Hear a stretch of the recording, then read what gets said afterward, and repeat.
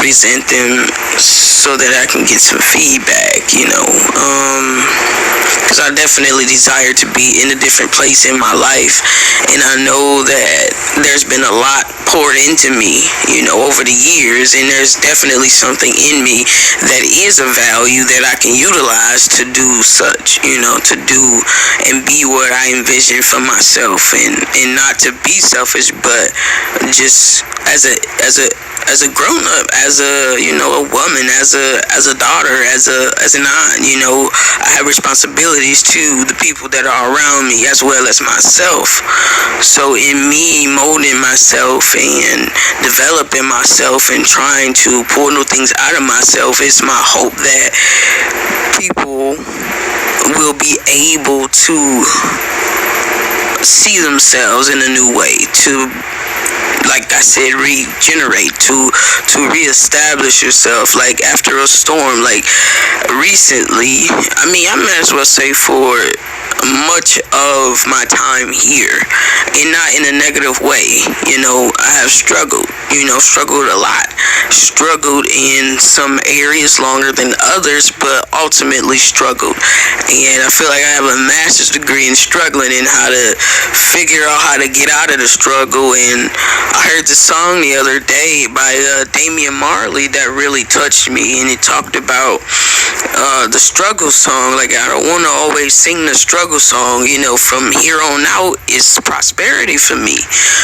And to say that and to hear it and keep it in my spirit has been a blessing, because as long as I see struggle, I don't see my prosperity. So it's like I got to a point where it's like I started looking at stuff around me that I have, things that belong to me, things that I'm responsible for, things that mistakes I've made, a lot of things, and just looked at it and said, is this who you are? Is this what you want to do? Is this what you want to be? I have a passion for a lot of things, music being one of them. And although I have a passion for it, I'm not as gifted as my peers, my siblings and my family and the community, that I grew up in. I grew up around thousands of musicians. And when I say thousands, I mean thousands. Like, my childhood consisted of singing in a choir and going to concerts and just going to rehearsals and things like that, and I learned a lot. I'm not, where I want to be, but I still put myself in a position to utilize that passion to restore myself. Like, if I got sad or depressed or if something happened that I didn't understand, or even if I was just in a good mood and I felt like, wow, I could figure this song out, I'm gonna play it. I go to my keyboard and I just started playing it, and I never wanted anybody to hear me because I felt like I sound like crap. Like, growing up, I said I sung, wasn't the best singer. I grew up around a lot of them, and I just wasn't one of them. I just love music, so I just do it to myself. It's my own private time. I have my own little sessions by myself. I have a guitar now and 2 keyboards, and I use that to keep me up, like, when I'm around, most people see me, I'm smiling or laughing or acting crazy, unless you at my job, because my job is a little stressful. That's a whole different matter that y'all don't even know nothing about. But anyway, I just use what's around me, and I try to put things in my environment that will produce something for me down the line. Another example I can use is my books. I have books everywhere. Basically, in every room in the house, there's a book or several books that I have either read or have on my list to read, or books that I have taught out of, or things that was taught to me via school or church or whatever you want to, call it, lectures and seminars and stuff.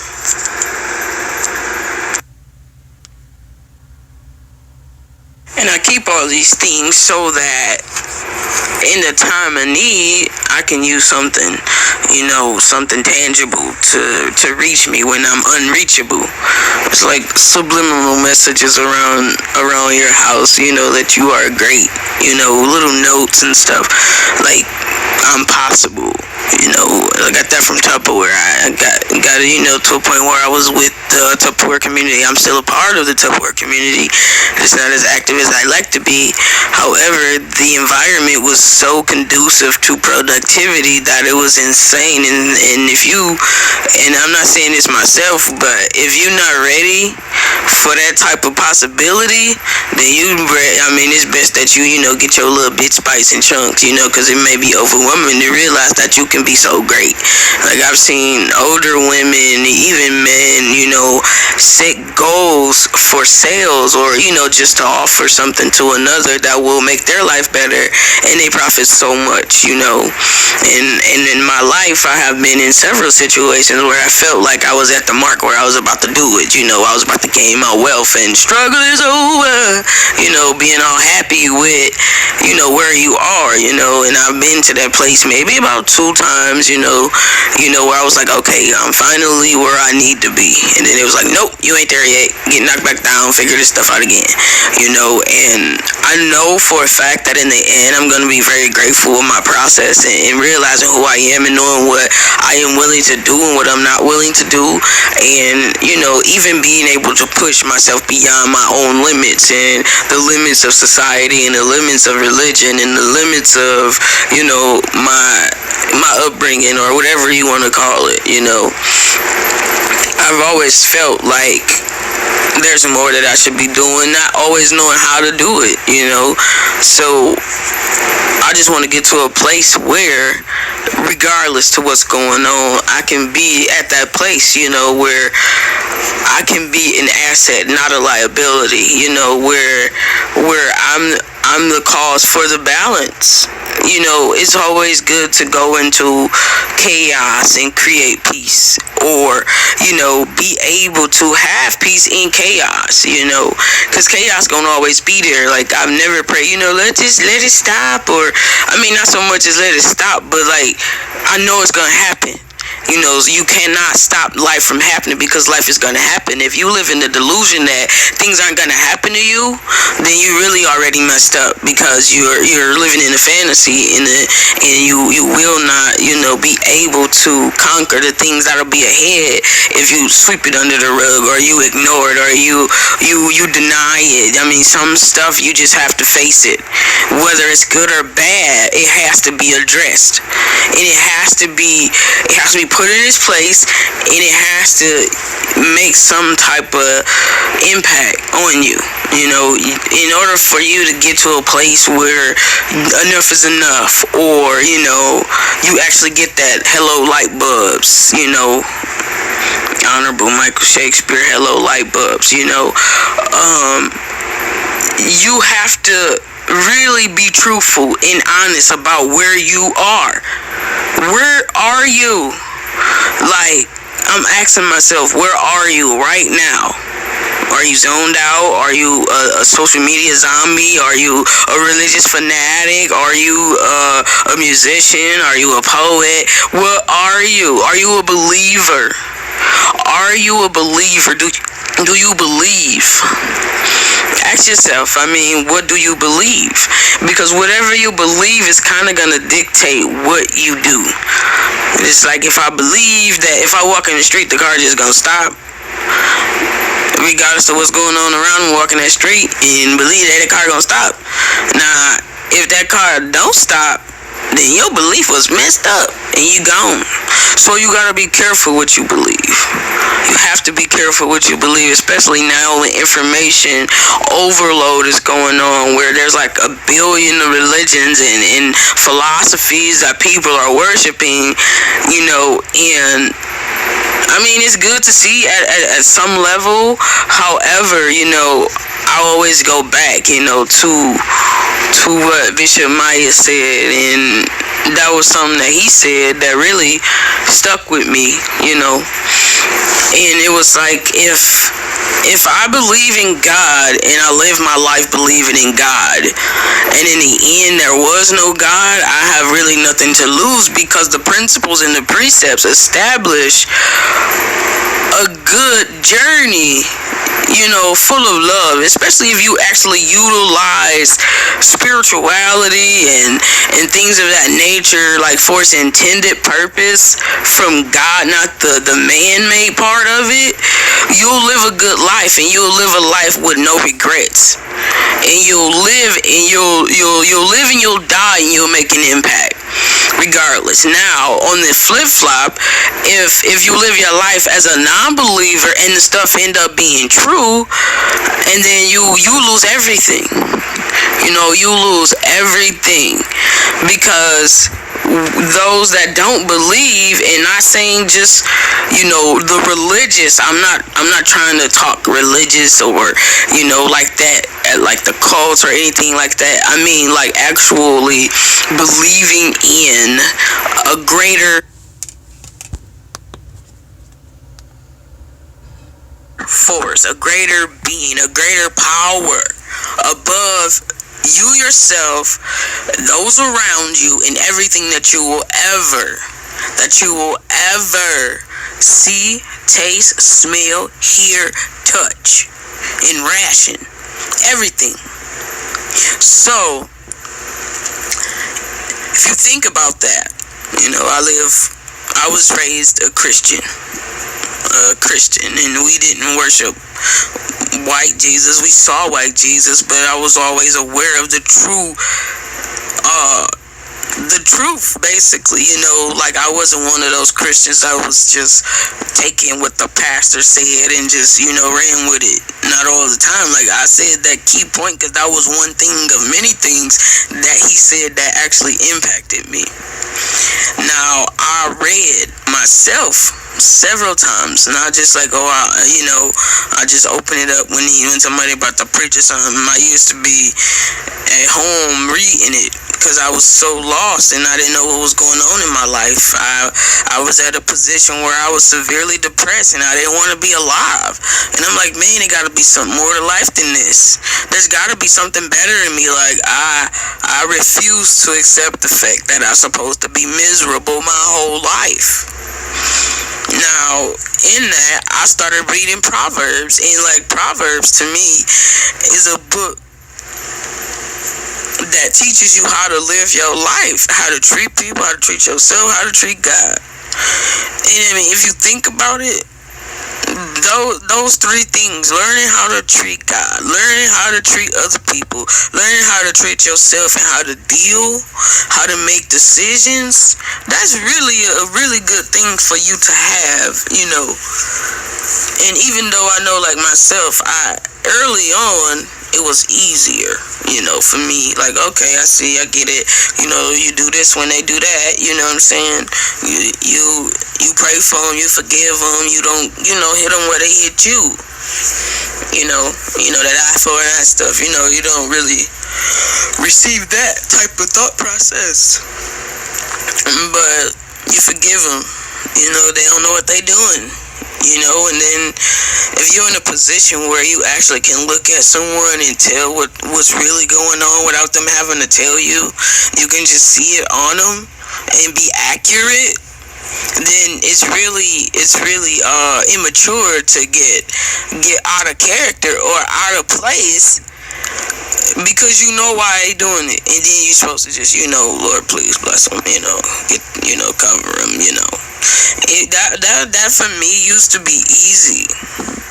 It used to be very easy for me to just like take stuff, from people, from spirits or whatever. But like now it's like, man, that's some BS. I'm not about to take that. So it's like really helping me see, like, it's definitely a time to pray, and it's a time to do, and it's a time to fight, and I think right now it's like life is pulling the fighter out of me, because although I like watching fights, like physical fights, like I'm not really into sports, but I like boxing and stuff. Sometimes wrestling to me is like man story, so it's kind of like, not wrestling so much, but kickboxing and stuff. It really intrigues me.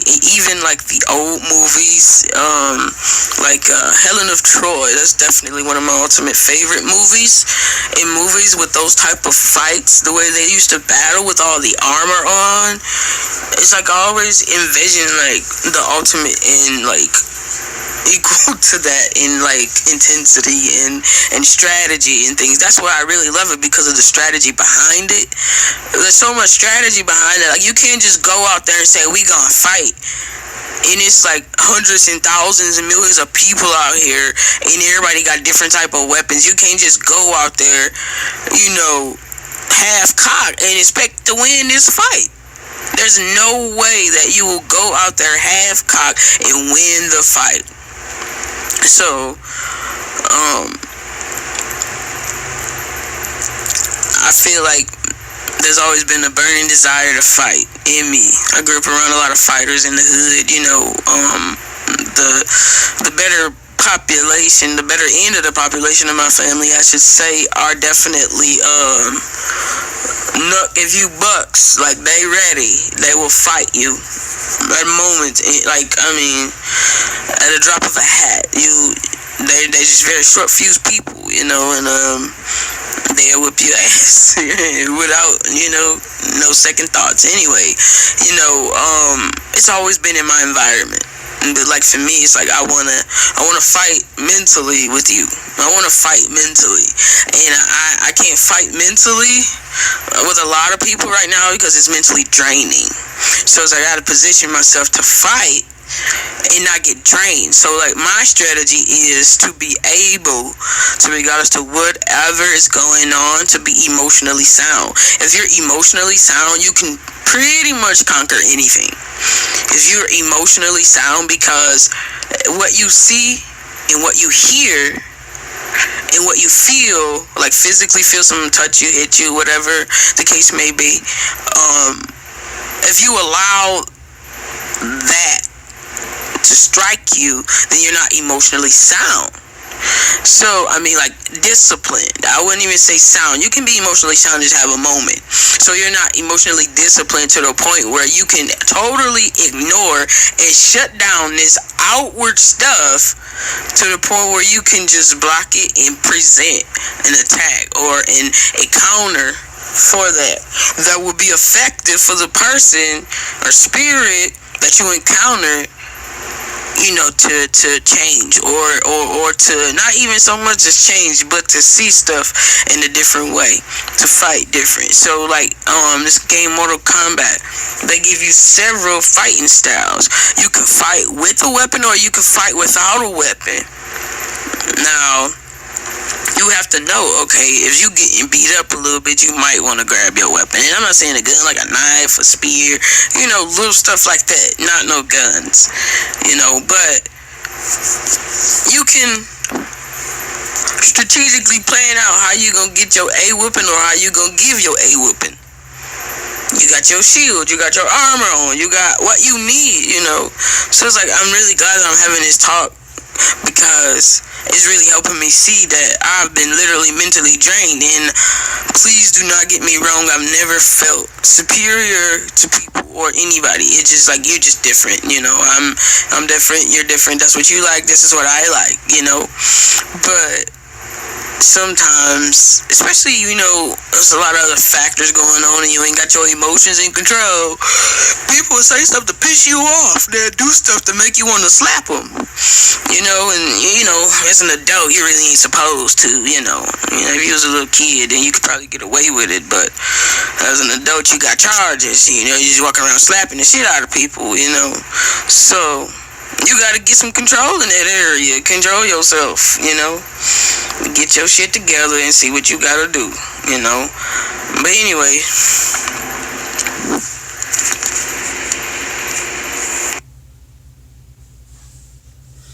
Alright, so that was the end of the little clip. I hope that it made sense, that it was easy to follow. At the end of the day, I needed this for myself because I have been emotionally unstable, because of recent things going on in my life with the grief. The loss of my cousin Chance was very detrimental to my thought process, my heart, my actions, a lot of stuff, even just trying to be there with my family and be there for my people and still try to be present at work. But let me know what y'all think. This something I don't do. I don't do stuff like this, but I felt like it was real helpful for me. I felt like I was really down and out, losing people in my life that I didn't want to lose, and I'm just trying to work on myself, man, get better, So if something can help you, I hope it do, Something in my life, I was always taught what comes from the heart reach the heart. Those moments were uncandid, unscripted. I was really just having thoughts and trying to push myself and reevaluate, my foundation, and excuse the swear word. I used a couple of swear words, but just take it for what it is. I ain't trying to beat nothing or nothing like that. It's just me. I ain't trying to preach to nobody. It's just encouragement for myself, hopefully for somebody else, and I appreciate everybody, especially those that, could see that something was wrong with me and actually try to help, and comfort me. Because I haven't been myself. We all haven't. We all dealing with COVID. I've been calling it COVID brain, but no matter what, come what may, just hold on to your foundation, hold on to your faith, hold on to whatever it is, that's gonna get you through, because at the end of the day, this too shall pass. It ain't nothing new under the sun. We done heard all of this stuff before. Just don't lose yourself. Don't let life lose you. Don't let life kill who you are. Don't let it destroy the purpose that you have for yourself, that God or whatever your deity is, whatever that is. Don't let it stop you. But I appreciate the time. Let me know what y'all think, and I'm done.